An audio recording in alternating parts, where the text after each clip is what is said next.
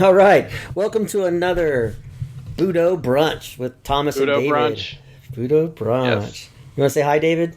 How's it going? Hey. Oh, all right. How you doing, Anyway, Tom? um, you used to say that all the time. It was Bill Butts. He used to go, all right. All right. All right. He still does do it. He still does? That should be his call Oh yeah. sign. Black belt. He's a black belt in our martial art. Dedicated martial artist. Yeah. Where can people He's find he's Bill Butts? Where can they find him? Where's he at? Kansas City? yeah, as far as I know, he's still in Kansas City. He's got quite a following. He's been doing some acting and voiceover work. Oh, wonderful. He's an organizer at several different like conventions. Oh, You know, awesome. like Comic-Con kind Mhm. of conventions where Sure. you dress up as your favorite Character. favorite science fiction or fantasy character. Like in Atlanta, we've got like Dragon Con, but there's like NakaCon, and there's a bunch of different ones. Oh, He's apparently been doing really well as an organizer and cool. done some radio and stuff for local radio station in Kansas City. Well, that's great. Yeah, he's doing really well. It's been a while since I talked to him, but Oh, well, maybe this maybe I'll recording. send him a link to this podcast. Yeah. He was always a pleasure to be around. Great guy, dedicated student. Yeah. He's Anyway, got a great little attitude. I plug like for our him. friend Bill Butts, in Cool. Kansas City. What up, Bill? Hey, Bill. All right, so today we got together for another brunch, and I actually had some questions for you, David, and I thought that Yeah. maybe other people can benefit as well as me. Uh, from what comes out of this discussion. And I was thinking about, Sure. just Do my health, overall health. Yeah. What comes to mind when I say that to you? Overall health. Yeah, health. I think when someone asks me about health, or when I think about health, I think the first things that come to mind are that health is wealth. There's this idea that there's a lot of really wealthy people who are not well and they're miserable. Right. There's a lot of sick people who you have money but you don't have health, and what do you really have if you trade some material possessions for your health, right? Like I know from personal experience, having some health challenges, that it affects every decision you make in life. If you've got chronic back pain, or you've got an autoimmune condition, or you've got maybe you were in a car accident, you've got neck pain all the time or something, or it not only does it make training really hard, if you really enjoy being in the dojo, or if you really enjoy being outside, hiking, or playing a sport of some kind. I've been interested in rugby for a little while, and I think that if your body's full of aches and pains, how can you really enjoy life? And I think there's this idea that that people accumulate these things just through life. Like people just accumulate, knee pain or back pain, or this just it just happens to you as you get old. And I don't think that that's really the case. I think it's kind of a lack of understanding about what health is. And I think that you can still have pain in your body, but have health. Like you can still not letting these things get in the way of engaging in the things that bring joy into your life. So for me, I think health is not so much the absence of pain or dysfunction of some kind, but I think it's a state of mind almost. It's like it's a state of resourcefulness and being generally at ease with yourself and where you are in life. That there's really just a few basic principles to being healthy or acquiring health, or restoring health, you might say. Mm-hmm. Interesting. I think that the basics really are learning to live like a human being. Getting out. First of all, like, our bodies were made to move, and an hour a day of movement, like in the gym, walking on the treadmill, or lifting weights or something. An hour a day is not. That's like if you asked for, you went to a restaurant, you ordered a meal, and you're really hungry, and they brought you out like a spoonful of whatever it is you ordered. It's like, oh, that's not enough. I'm sure that there's a better analogy, but the idea that, like, an hour a day, when our bodies were made to move for hours, we only really get better with movement. Like the more you move on a daily basis, the better it is. From pumping, hydrating your vertebral discs and the joints in your body, moving the lymphatic fluid around, breaking up fibrotic tissue that may or may not be in your vascular system or in your musculoskeletal system, from stimulating the brain, stimulating your frontal cortex for movement, and making sure that you're turned on neurologically, because that's where that's how your body perceives and integrates all the world around you. So that when you move, when you take advantage of this this incredible gift that we've been given called a body, when you use it for what it was intended to be used for, I think that in itself imparts so much of what health could be for people. A vital lifestyle, or a vital experience of life.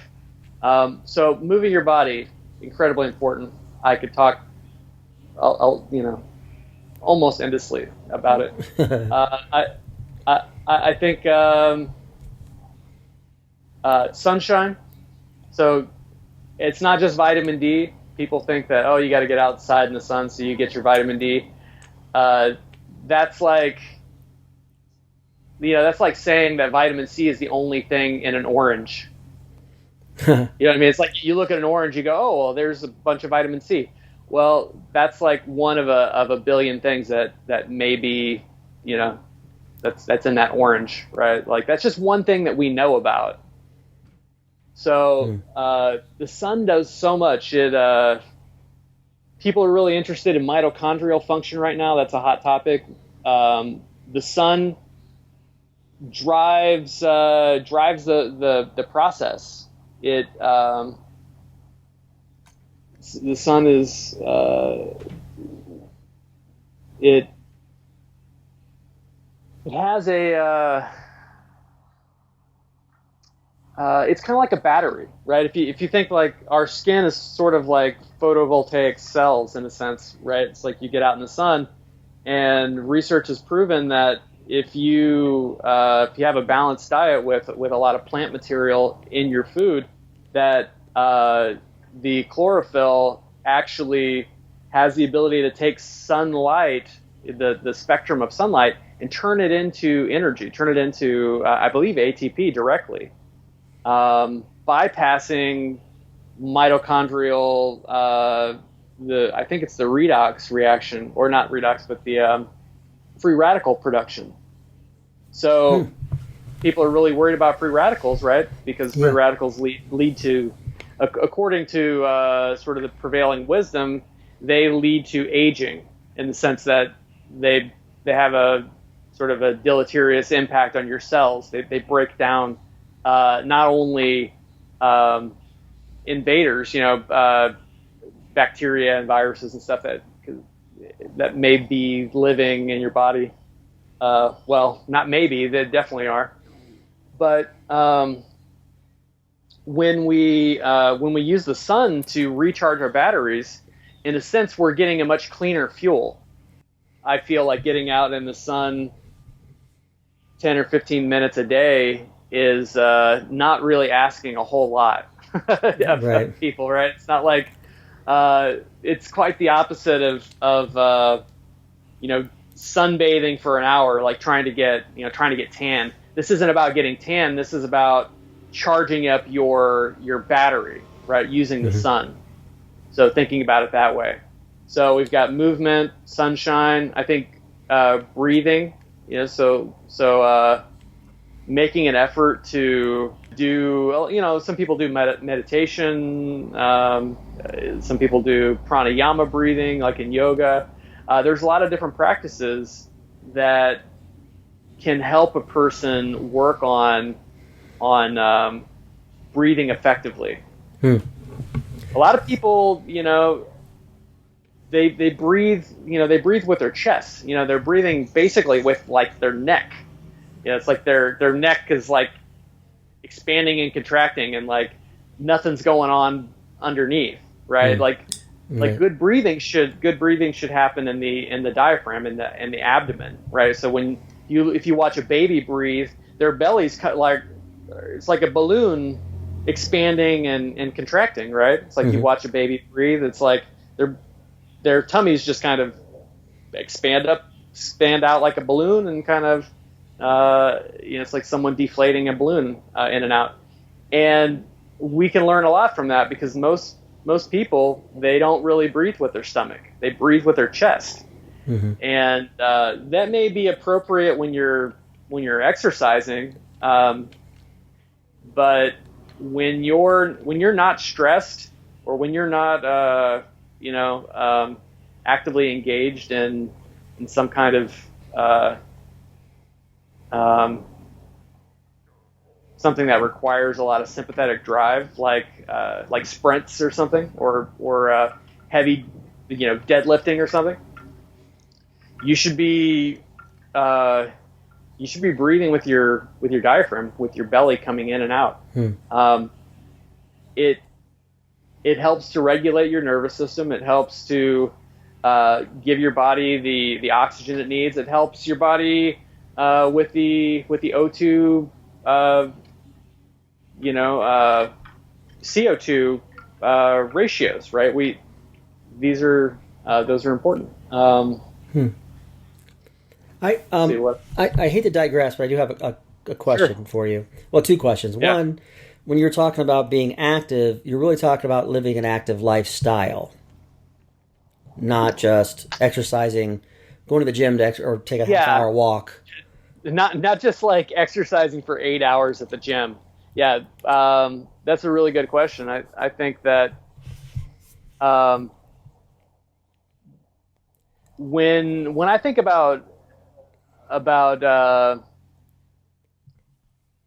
moving the body, I guess when I say moving the body, I basically mean that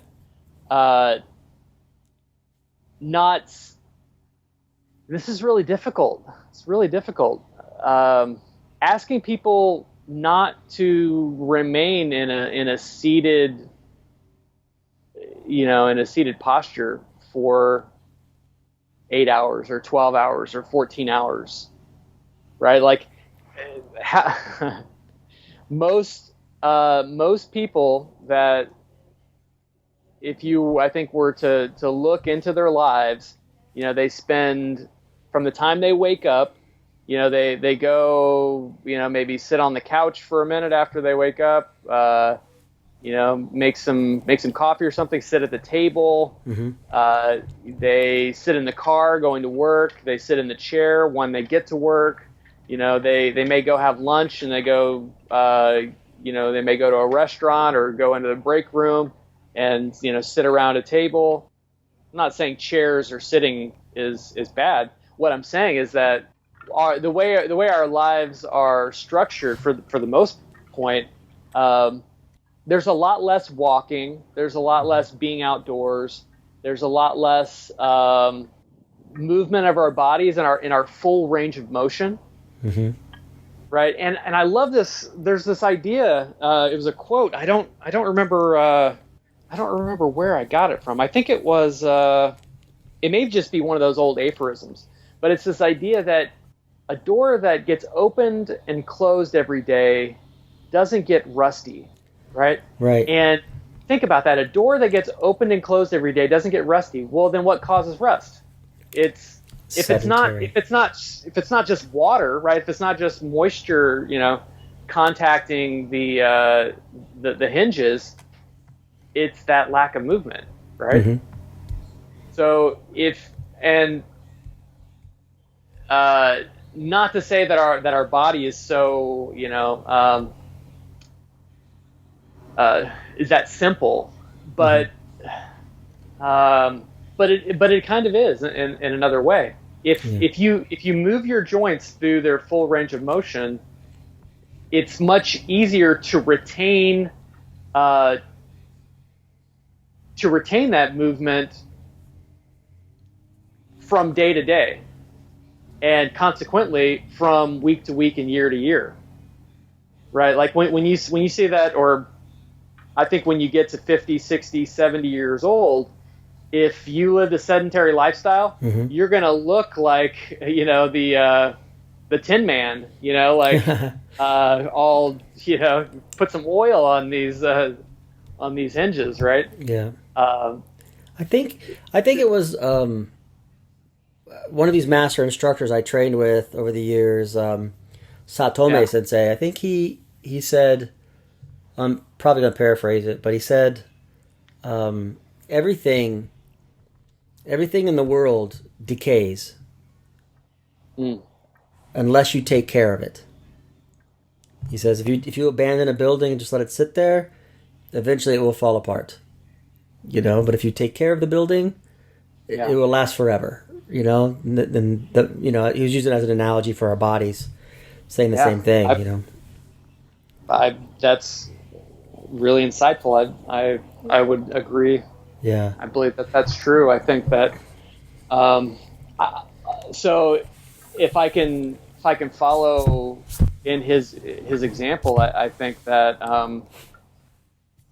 most of the problems that people experience really they come from neglect. I think that when you pay attention to your body and you pay attention to your you do the simple things. Mm-hmm. I think health is really built on simple things, doing simple things. Yeah, doing the basics. Are you familiar with who Bud Malmstrom is? I know a little bit about Bud Malmstrom. Yeah, I've heard the name before. I've never met him personally. No. Oh, okay. Yeah, but I know Bud, and he once said that it's the little things that we do. Being mindful. He says, when you sit down on a chair, do you just plop yourself down in the chair? Yeah. You keep your back straight, bend your knees, ease yourself down. You try to use muscle control all the way down. Same thing when you stand up. Don't lean forward. Don't pitch yourself forward and just catch your balance. Rise up. Little things like that. Yeah. Says, when you walk upstairs or downstairs, it's a great opportunities to just strengthen your legs and your back. As opposed to just leaning forward and, basically you're just catching yourself every step on the way down because you're just leaning forward. You're not really using all your muscles. So you just being slow and mindful. Little things. So which reminds me of I'm thinking, I know most people I know when they go to the grocery store, bookstore, department store, places that we go. They always try to find the closest parking spot. Why is that?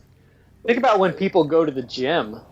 I see this all the time. I worked in a gym for a while, and people are coming there to work out, but they want to. I've seen people circle the parking lot, like trying to get a spot up front when they can get their work-out in early. Just park in the back and walk.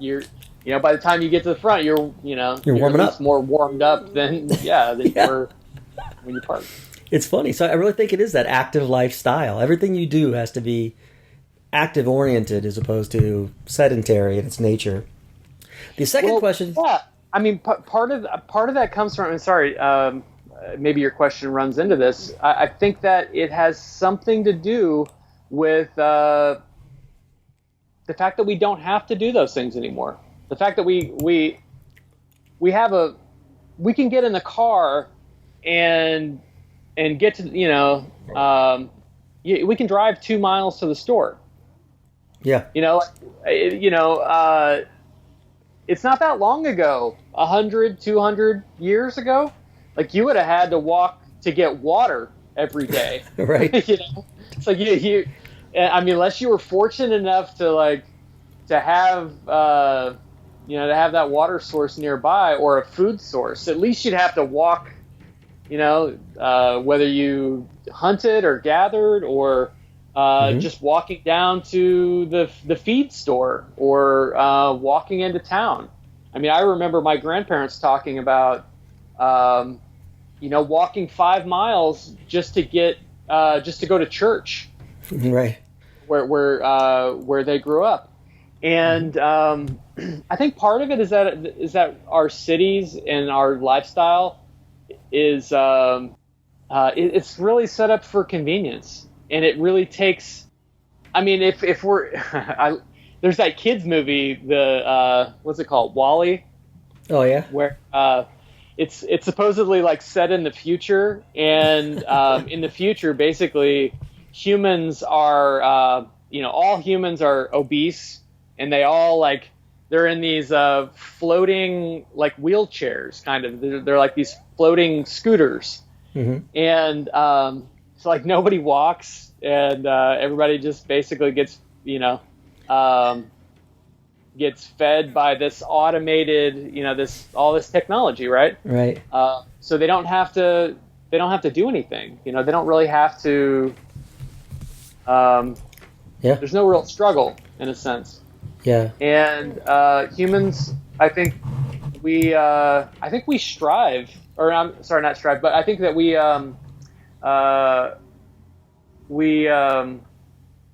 thrive when we have challenge. When we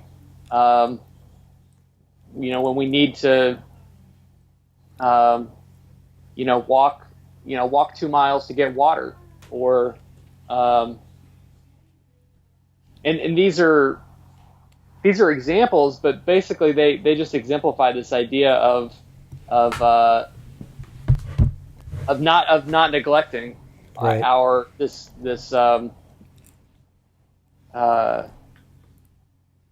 I guess you'd call it our own biology. It's like we need to move. We need clean air. We need clean water. We need clean food. We need to get sunshine on our body. We need social interaction. We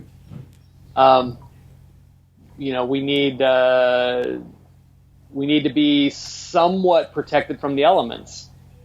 But for the most part, our skin does a really good job of keeping things out. Our body has a great sense of thermoregulation. We survived for thousands of years without air conditioning and heating, right? Right. How did we do that? Right. Yeah, so we have all the technology built into us that we need, and so few people I think are even aware of it. They're so just disconnected from I don't want to say disconnected from reality, but I think that's kind of the truth. Yeah.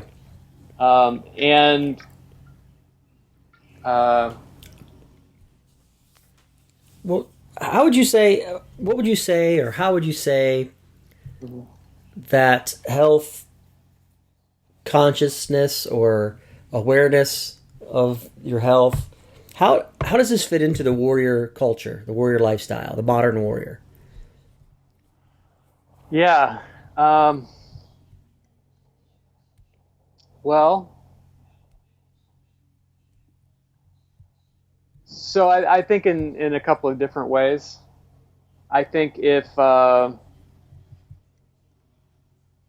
especially for modern man, if you want to be healthy, then it requires discipline, right? You in our world right now, you have to have discipline in order to force yourself to do the things that nature would have imposed on us by default. Right? Walking to get water, like hunting for food, every day would have been a challenge of some kind. Right. It's true. So discipline is required in order to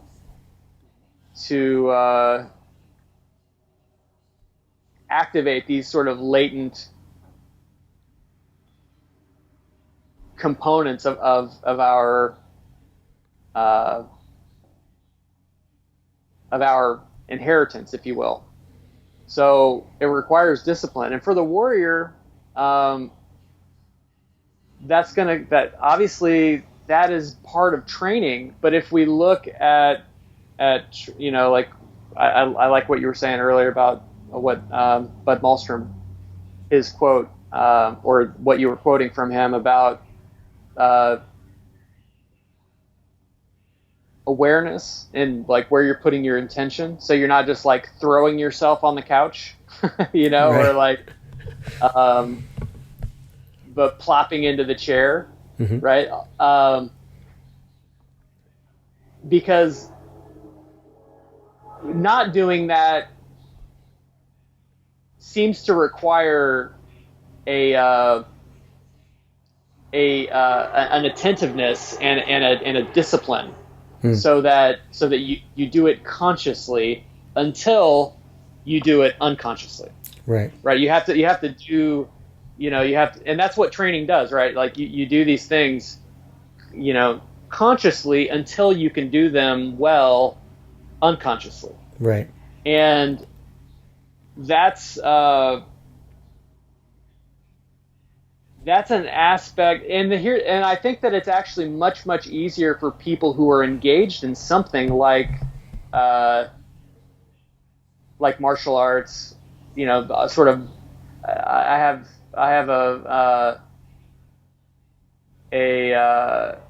an appreciation for sports and athletic training, but they are different from the martial arts. I think the martial arts is one of the best vehicles for exploring this idea of self-development, self-empowerment,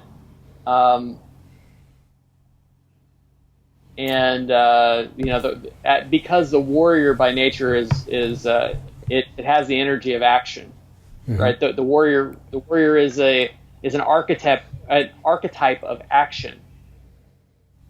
And so I think that the warrior doesn't wait until their body is broken down to try to repair it. However, not everyone comes equipped with this knowledge, right? Not everyone has parents who taught them the value of daily movement and getting sunshine and food, and and they may not have been fortunate enough to have a mentor or somebody come into their life to share these things with them. Sure. So you may come to these things later on in life after you've already sort of beat yourself up, or misused or allowed neglect to sort of rob you of some of your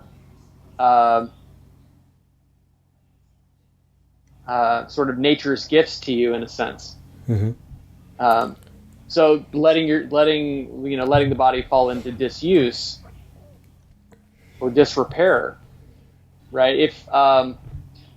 But the beautiful thing about the body is that it has the ability to repair, right? The body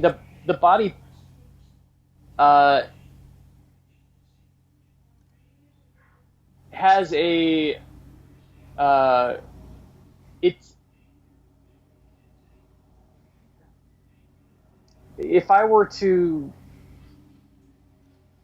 it's different from like the way that it's often presented, where if something's broken, it just sort of like stays broken, and we either have to do surgery and cut it out, or now I'm going to have to give you this pill to take over function of that thing. Our bodies are like a garden. You know, it's like if there's still like a little bit of life left in that thing, oftentimes if you give it what it needs and you remove the thing that's causing the problem, oftentimes your body will come back into a state of health. You know, organs regenerate, the body regenerates. Our bodies are organic things that repair and have a way of restoring and balancing function. It does, but it requires work. It requires discipline, and it also requires knowledge. Right. So finding someone who's, if you don't know about these things, then you know you're walking through life with this unconscious incompetence. Right? You may think McDonald's is just as good as buying some good organic food from the store and making that hamburger at home. Right. You can't tell that person any different because they don't understand the difference. Right. And so there's a process of education that's required, whether it's self-education or whether that person needs to go find a coach or a mentor. The big thing about health is that there's, everybody and their brother wants to be the health guru nowadays. And so it can be just as hard to pick up a book or find someone that you can trust with your health now as it ever has been.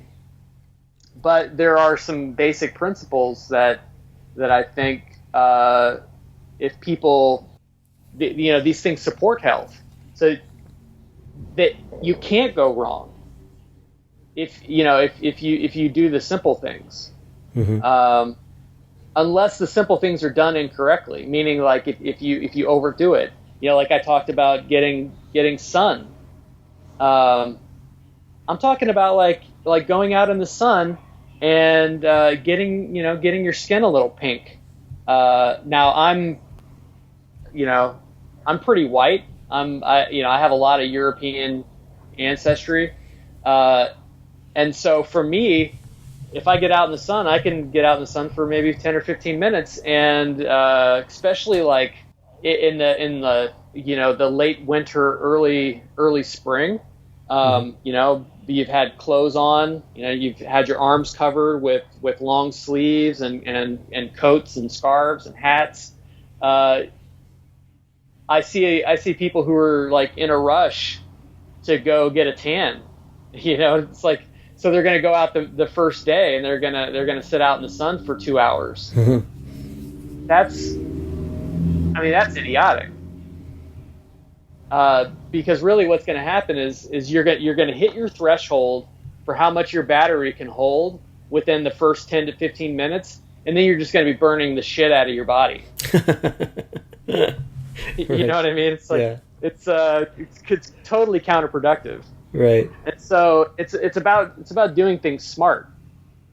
Or just doing things with intelligence, doing things with and that really requires the person to sit with themselves, right? To be present. And that's why I think that meditation and sort of mindfulness training and this pranayama breathing or working on heart rate variability as so like heart rate variability, for instance, if you're not into meditation, or if you think that that's woo woo or just not for you, or you can't sit, you don't think you can sit. People think that, well, a lot of people have a lot of different ideas about what meditation is, first of all.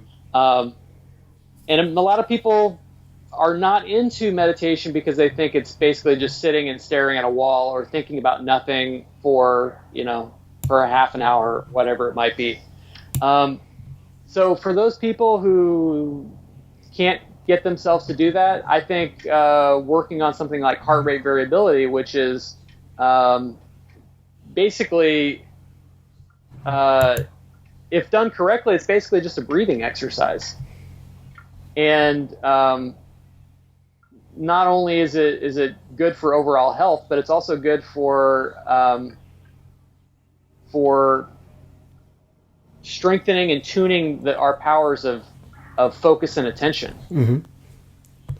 Yeah. So when you focus, when you have that sort of presence of mind and body, you'll notice that there's some internal consciousness which will rise to the surface. That when you're laying out there getting your tan or whatever, your body will tell you when it's ready, when it's time to get out of the sun. You'll know it, and it'll be something like, oh, like I'm feeling my skin getting a little irritated, right? Or like, there'll be a signal of some kind because the body is always speaking to you, but it's up to you to quiet yourself to listen. And I think health is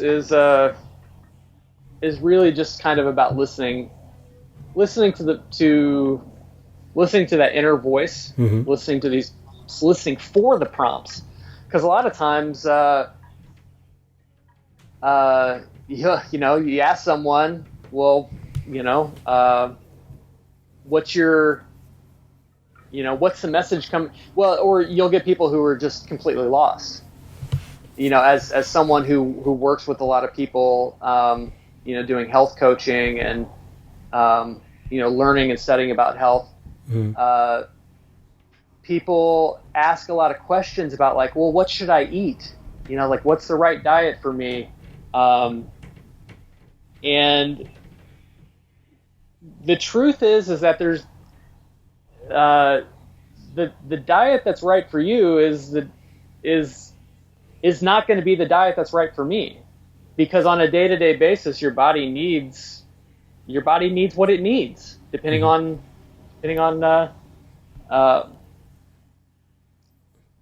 what's going on at that time, and so when we get these urges for food, for food of a certain kind, a lot of that is it's prompts from inside the body, but many people don't follow these things, and I think there's also this sort of, because I brought this up to people before, and one of the things that they like to say is, well, what if I have the craving to have chocolate, or what if I want fried chicken, or what if I want this other thing? Mm-hmm. And how do basically what they're asking me is how do you distinguish between a craving, basically an addiction of some kind, or maybe not an addiction, but a something false appearing real, like the almost like a compulsion of some kind. So how do you determine or make the distinction between when the body's telling you what it really wants or what it really needs, and when is when is it a craving? And that's a really difficult thing to distinguish. I think that it's possible to do, and it's really similar to a conversation that we had some time ago about sort of knowing what's right and wrong, and as a warrior, that's a very important thing. It's part of our warrior code, right? This code of mindful living, and part of that is the assumption or the knowledge that we have within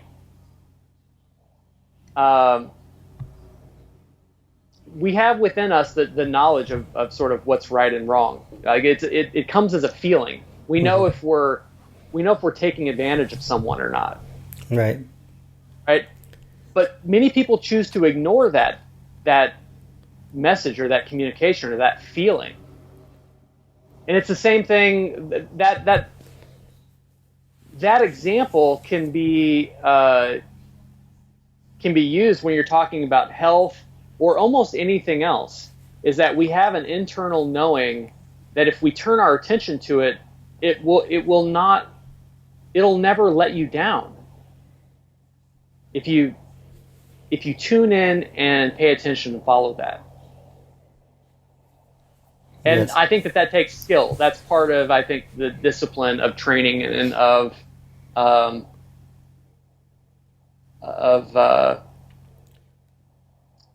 I mean, for lack of a better word, kind of the warrior lifestyle, Right. in a sense, because taking action. Yeah, well, I guess that's the genesis of warrior mastery. Like, what is why call it that? And I think the idea is that if the warrior archetype is about action, mastery is about wisdom. And the idea is in all things you want to have wisdom and action, right? Mm-hmm. You want things to come. You want your life and your choices in life to come from this inner congruentness that comes out of that, your relationship to that inner voice or that inner guidance. And I really know no other way to develop that except through constant training Mm-hmm. and refinement. And